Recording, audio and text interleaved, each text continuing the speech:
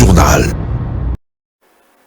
Très heureuse de vous retrouver pour vous informer. Madame, Messieurs, bonsoir et bienvenue dans cette grande édition du journal dont voici les titres.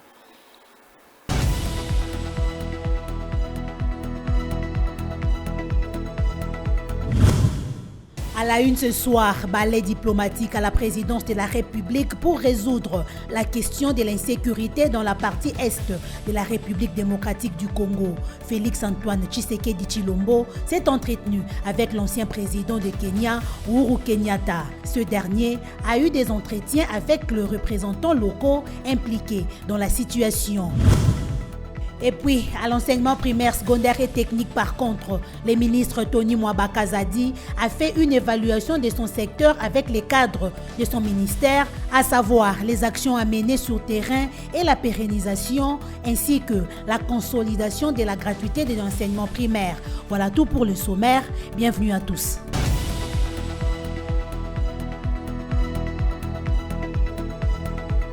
Bienvenue à tous. Arrivé dimanche à Kinshasa de l'ancien président du Kenya, Uhuru Kenyatta, en mission spéciale pour la paix dans la crise de l'Est de la République démocratique du Congo. Après avoir rencontré le président Tshisekedi, Uhuru Kenyatta a eu plusieurs échanges à plusieurs niveaux des représentants locaux des instances nationales et internationales. Suivez.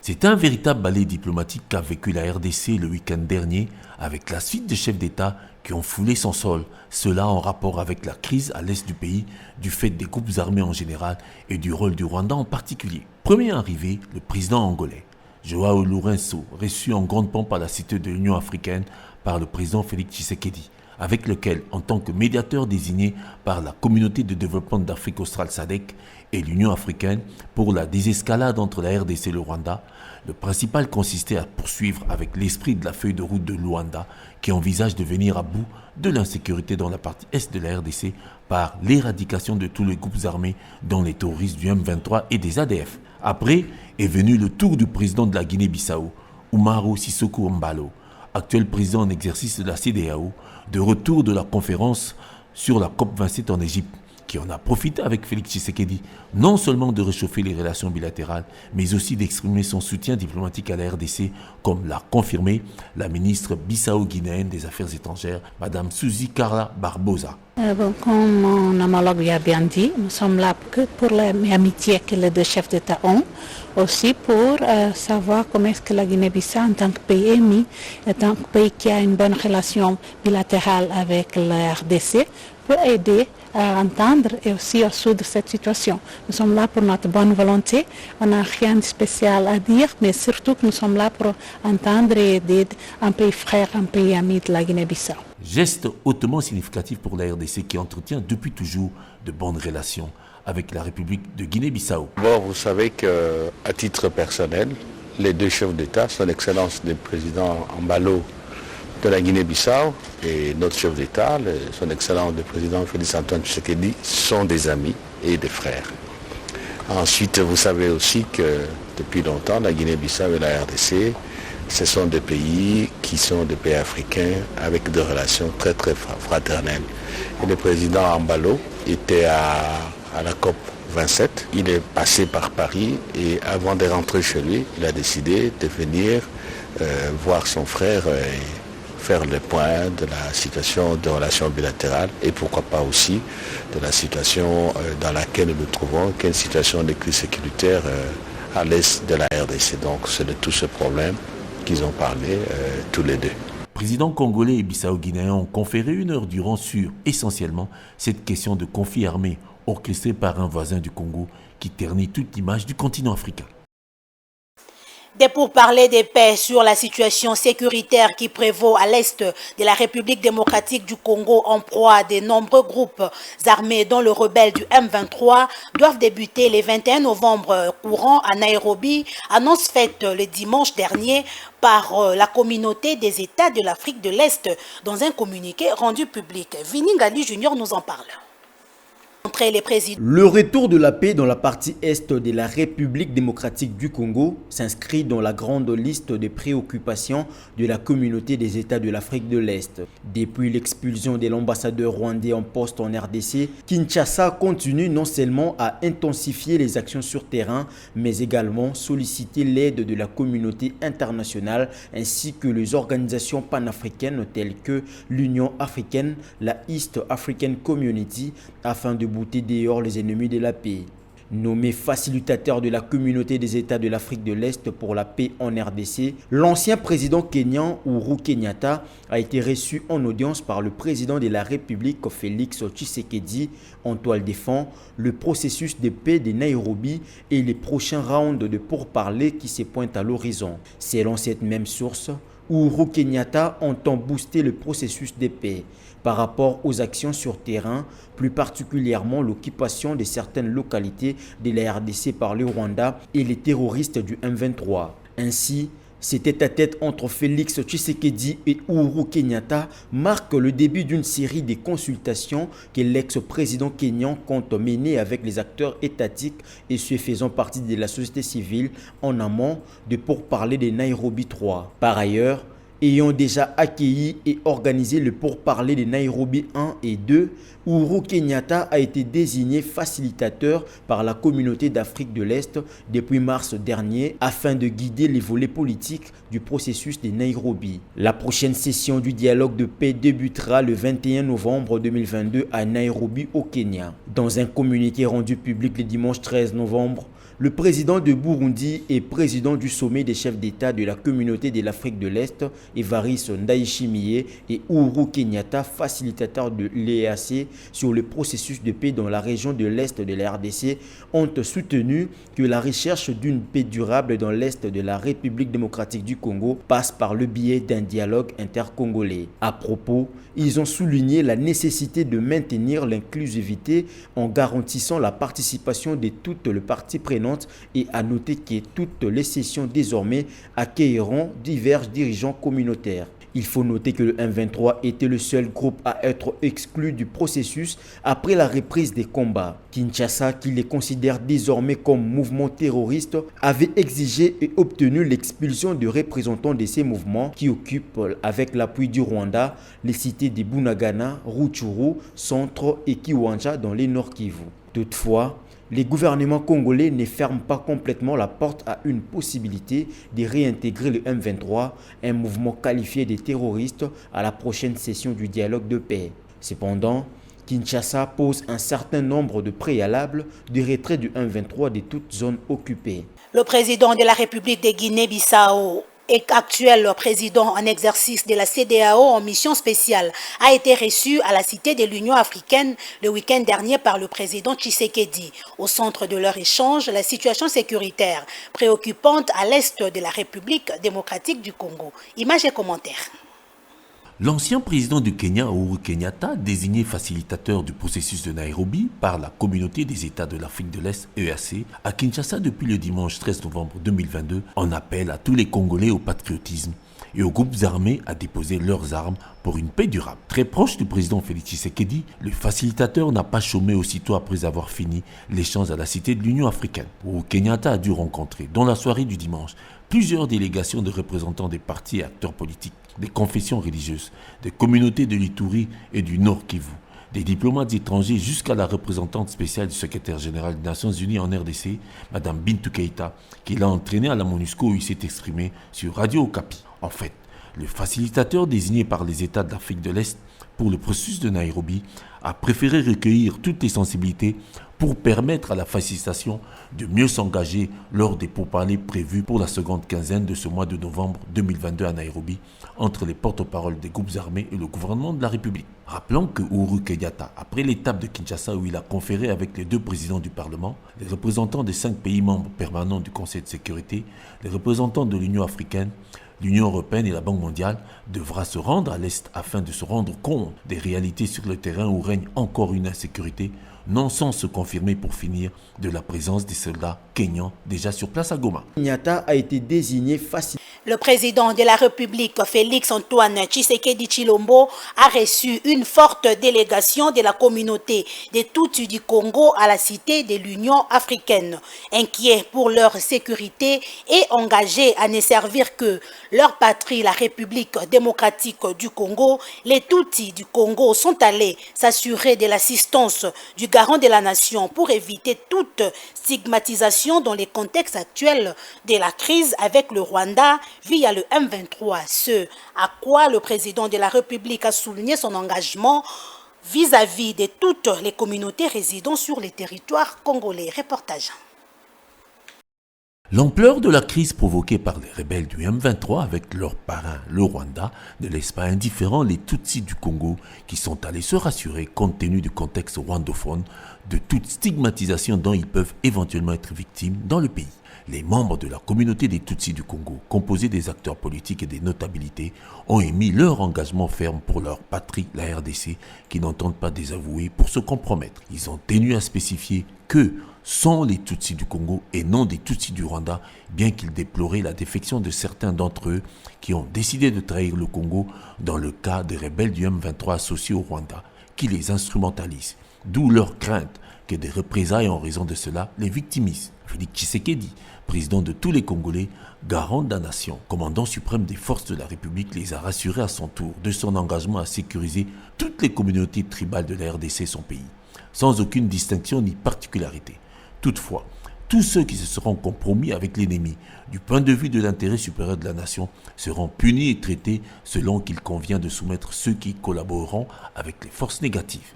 Satisfaits, les Tutsis sont repartis animés de la garantie certaine que leur a donnée le chef de l'État, Félix-Antoine Tshisekedi. Et puis cette nouvelle en brève, c'est depuis le week-end dernier que l'on informe que Didier Baïto Apala Mafuta, coordonnateur de la sécurité interne de la présidence de la République, Freddy Kangoudia, directeur du protocole, et Claude Ibalanki, coordonnateur du mécanisme de suivi, sont en très mauvaise posture. D'après nos sources, les deux responsables de la présidence auraient commis de lourdes fautes liés à la sécurité et serait déjà transféré à la prison de Makala, tandis que Claude Ibalanki, qui n'a pas été autorisé de se rendre à Nairobi pour participer au pourparlers, lui serait en résidence surveillée. Les grands chantiers où seront érigées les deux tours jumelles qui constitueront un grand centre de finances et autres dépendances à Gombe a été visité par le chef de l'État Félix-Antoine Tshisekedi Tshilombo, venu s'enquérir de l'évolution des travaux effectués par une entreprise turque. Satisfait du travail accompli jusque-là, le chef de l'État a été rassuré de la fin de la construction qui interviendra en décembre 2023. Commentaire sur les images de la presse présidentielle.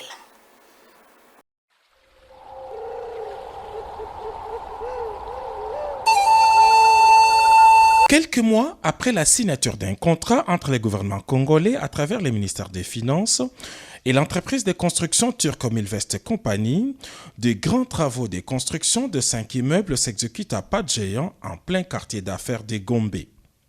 En seulement 90 jours, de grosses œuvres sont sorties des terres dans l'espace compris entre le ministère des Affaires étrangères, l'Athénée de la Gombe et les palais de justice. Ces complexes immobiliers devraient comprendre deux tours jumelles du centre des finances de 26 étages, 2 autres tours de la même hauteur du centre des congrès et un hôtel 5 étoiles avec tous les services annexes. C'est pour se rendre compte de l'évolution des travaux de ces immeubles modernes que le président de la République, Félix-Antoine Tshisekedi Tshilombo, a effectué ce mardi en début de soirée une visite d'inspection sur place. Le chef de l'État s'est d'abord rassuré des conditions de travail et traitement des ouvriers congolais avant de s'entretenir avec l'équipe turque en présence du ministre des Finances, celui du budget et leurs collègues des affaires foncières. Suivant les explications de M. Turan Mildor, le patron du groupe Milvest, dans les 5 prochains mois, toutes les grosses œuvres seront exécutées et les immeubles seront remis clé en main en décembre 2023. Cette visite d'inspection a aussi permis au chef de l'État, Félix-Antoine Tshisekedi Tshilombo, de se rendre compte de l'extension du site qui englobe désormais la Direction générale de l'Office des routes délocalisées. Avec ces deux tours jumelles d'architecture moderne et futuriste, les centres des finances de Kinshasa abritera entre autres les cabinets du ministre des Finances, celui de son collègue du budget et plusieurs services relevant de ces deux institutions, les tout à un jet de pierre de la Banque centrale du Congo. Quant au centre des congrès, il sera constitué entre autres d'un amphithéâtre de 3000 places, des salles de conférences et autres auditoriums ultramodernes.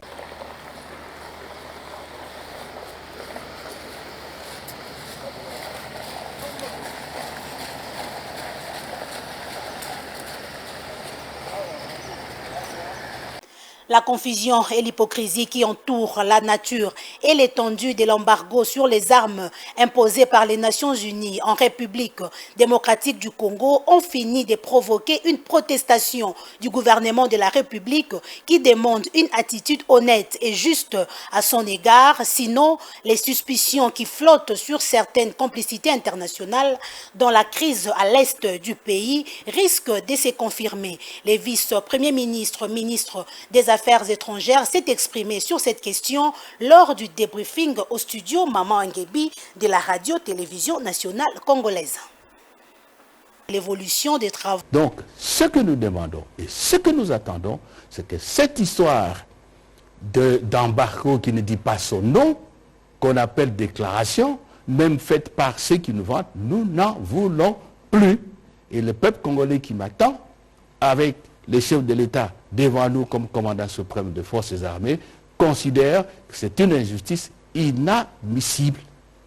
Inadmissible, et nous demandons aux Nations Unies de lever carrément cette hypothèque. Nous ne sommes pas un pays interdit, un État voyou, je ne sais pas qui agresse, non, pas du tout. Il n'y a aucune raison objective aujourd'hui qui fasse qu'on nous maintienne dans une situation d'un pays sur lequel pèse une hypothèque de méfiance. Et ce n'est pas une vue de l'esprit, ce n'est pas de la théorie. Il y a des banques, des transporteurs, et même ceux qui fabriquent des armes, qui ne veulent pas traiter avec nous parce qu'on dit oui, il y a les Nations Unies, vous êtes sur la liste noire. Le monde de commerçants, de marchands d'armes et tout, il est frileux. Personne ne veut avoir de problèmes avec les Nations Unies. Et il y a un cas qui se produit maintenant au moment où je vous parle. Je ne vais pas donner de détails. Au moment où je vous parle, nous sommes dans cette situation-là où ce qui a été acheté ailleurs, le matériel militaire, venait vers ici, mais en cours de route, le transporteur a dit non, ça ne peut pas arriver à RDC. Alors c'est pour ça que nous disons au Conseil de sécurité ceci.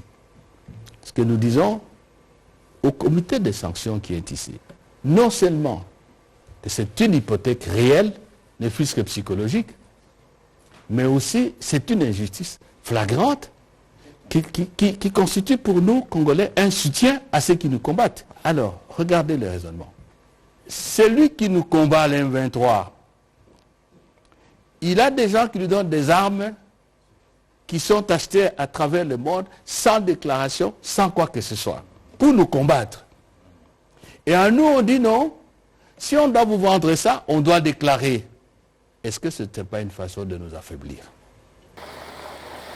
Le Premier ministre chef du gouvernement de la République démocratique du Congo est rentré le week-end dernier des assises de la COP27 qui se sont clôturées en Égypte. Jean-Michel Samaloukonde a porté la voix de la République démocratique du Congo sur les questions liées à l'exploitation de ressources en tenant compte des populations locales. Par la même occasion, il a rappelé de la nécessité de rétablir une paix durable en République démocratique du Congo en vue de cette exploitation au profit de la planète.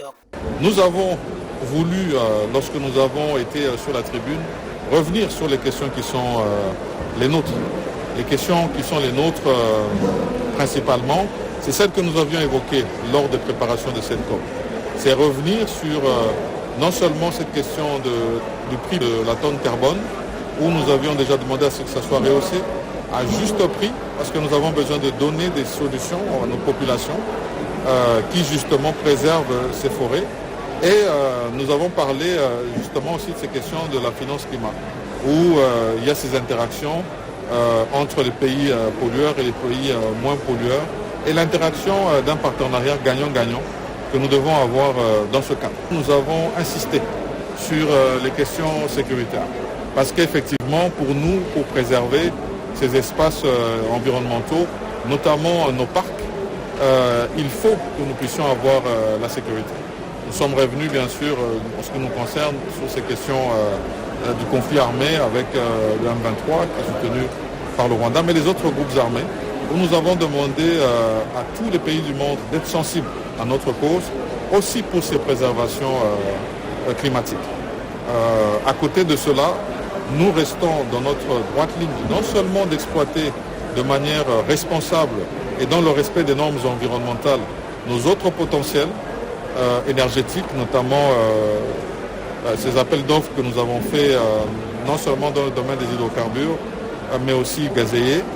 Et nous avons réaffirmé cette position responsable que nous avons prise parce que nous avons des réponses à donner à nos populations. En réaction du rapport dénonciateur de Greenpeace qui s'attaque au gouvernement de la République au sujet de l'organisation ERA Congo Wildlife Works Carbone, le groupe de travail climat REDD Rénové GTCRR estime que l'intention de Greenpeace est de ternir l'image de la République démocratique du Congo vue comme pays solution à l'échelle internationale. Ce qui choque les organisations de la société civile congolaise est que Greenpeace s'empresse de publier des informations qui ne correspondent pas toujours avec la réalité de fait, alors qu'il aurait fallu consulter des sources locales au lieu de s'en tenir qu'en des rumeurs seulement. Ce genre de rapport de Greenpeace pourrait compromettre les attentes de la République démocratique du Congo en ce qui concerne les dispositions de la COP 27.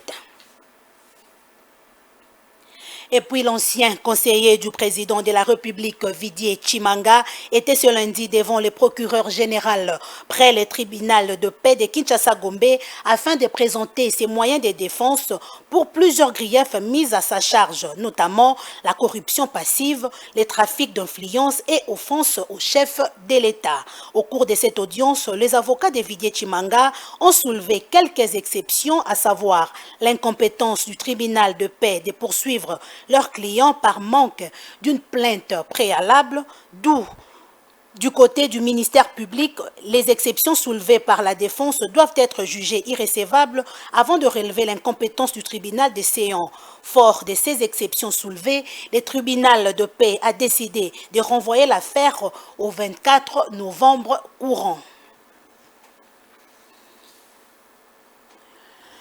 Le ministre de l'enseignement primaire, secondaire et technique, Tony Mwaba Kazadi, a évalué ensemble avec les secrétaires généraux, les directeurs chefs de service et les inspecteurs les actions menées sur terrain dans son secteur, la mise en application des recommandations des États généraux des sports et des pérennisations, ainsi que de la consolidation de la gratuité de l'enseignement primaire. C'était lors de la 21e réunion hebdomadaire tenue ce lundi à Kinshasa. C'est un reportage de Martin Kaimbe. La 21e réunion tenue avec les secrétaires généraux, les inspecteurs, les directeurs chefs de service et les inspecteurs généraux adjoints de l'EPST, le ministre Tony Mwaba a évalué avec eux les actions arrêtées et menées sur terrain en vue d'atteindre leur efficacité. Un accent a été mis sur les renforcements des capacités de cadres et agents de l'EPST et l'élaboration de programmes scolaires et aussi le plaidoyer de la mise en œuvre de l'éducation de base. Certaines décisions prises lors des États généraux de sport devraient faire l'objet de suivi régulier dans leur mise en œuvre et le projet de coopération à l'EPST. Dans sa communication, le ministre Tony Mwaba est revenu sur les deux axes dans lesquels il a engagé le ministère depuis sa nomination, à savoir les redressements du sous-secteur par la lutte contre les antivaleurs et la pérennisation ainsi que la consolidation de la gratuité de l'enseignement primaire. Le ministre a condamné la persistance des perceptions de frais illicites par certains inspecteurs en complicité avec quelques chefs d'établissement scolaire. À la suite de la lecture du rapport des activités de terrain, il a été constaté les faux titres scolaires et académiques que détiendraient quelques enseignants. À ce propos, le ministre a invité les inspecteurs généraux adjoints à l'objectivité et à la rigueur dans le contrôle des titres scolaires et académiques des enseignants. Concernant le partenaire technique et financier de l'EPST, le directeur à la coopération internationale a souligné que le ministère subit les dictats de partenaires. Une recommandation a été faite pour que les partenaires soient invités à la prochaine réunion. En cette période pluvieuse, les eaux stagnent sur l'avenue Lovo-Congo, au quartier Mousseï. Nous sommes là dans la municipalité d'Ngaliema. Son état déplorable, entouré des immondices, dérange les habitants de ces coins il y a déjà plusieurs années. C'est un constat de Kevin Kiala et Cloti Bakindo.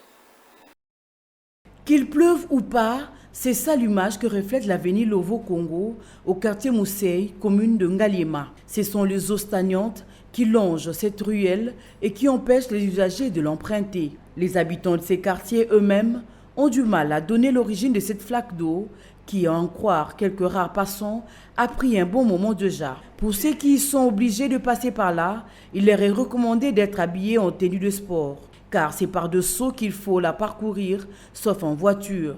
Ces eaux occasionnent de moustiques, mais aussi des inondations à chaque pluie qui tombe, surtout que c'est la période. À cela s'ajoute un autre fait déplorable, vu son impraticabilité, elle est transformée en dépotoir, où tous les ordures ménagères sont jetées sans aucun gêne pour empirer son état, avec les odeurs nauséabondes. Le riverain se lasse de parler parce qu'ils estiment avoir décrié cette situation qui n'a jamais changé. En cette période pluvieuse, l'état de l'avenue Lovo-Congo risque de s'aggraver et entraîner encore plus de conséquences que celles évoquées ici.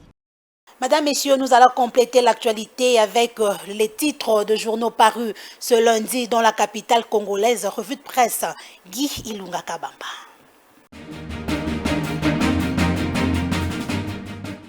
Que racontent donc les journaux parus ce lundi 14 novembre 2022 et que la rédaction des informations de Mandiko TV a sélectionné pour vous, mesdames et messieurs? Prospérité livre à sa une un avis d'Azras Rouber-Ramaniwa qui recommande la sagesse de Salomon aux dirigeants congolais. C'était lors du 16e petit déjeuner de prière organisé le samedi dernier, auquel plusieurs animateurs des institutions congolaises et diplomates étrangers étaient présents. Le phare, pour sa part, se contente de remarquer que pour la crise RDC-Rwanda, balai des médiateurs à Kinshasa.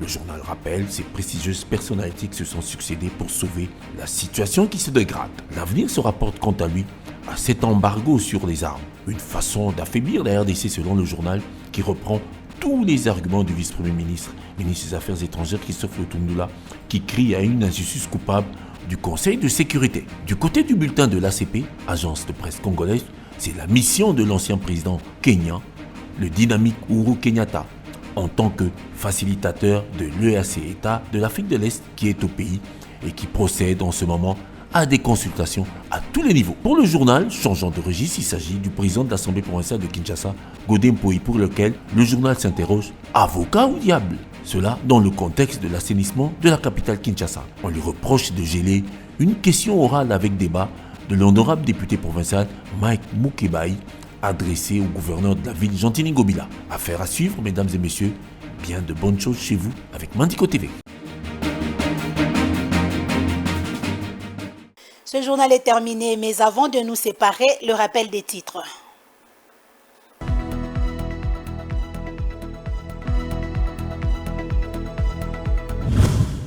Balai diplomatique à la présidence de la République pour résoudre la question de l'insécurité dans la partie est de la République démocratique du Congo. Félix-Antoine Tshisekedi Tshilombo s'est entretenu avec l'ancien président de Kenya, Uhuru Kenyatta. Ce dernier a eu des entretiens avec les représentants locaux impliqués dans la situation. Et puis, à l'enseignement primaire, secondaire et technique, par contre, le ministre Tony Mwaba Kazadi a fait une évaluation de son secteur avec les cadres de son ministère, à savoir les actions à mener sur terrain et la pérennisation, ainsi que la consolidation de la gratuité de l'enseignement primaire.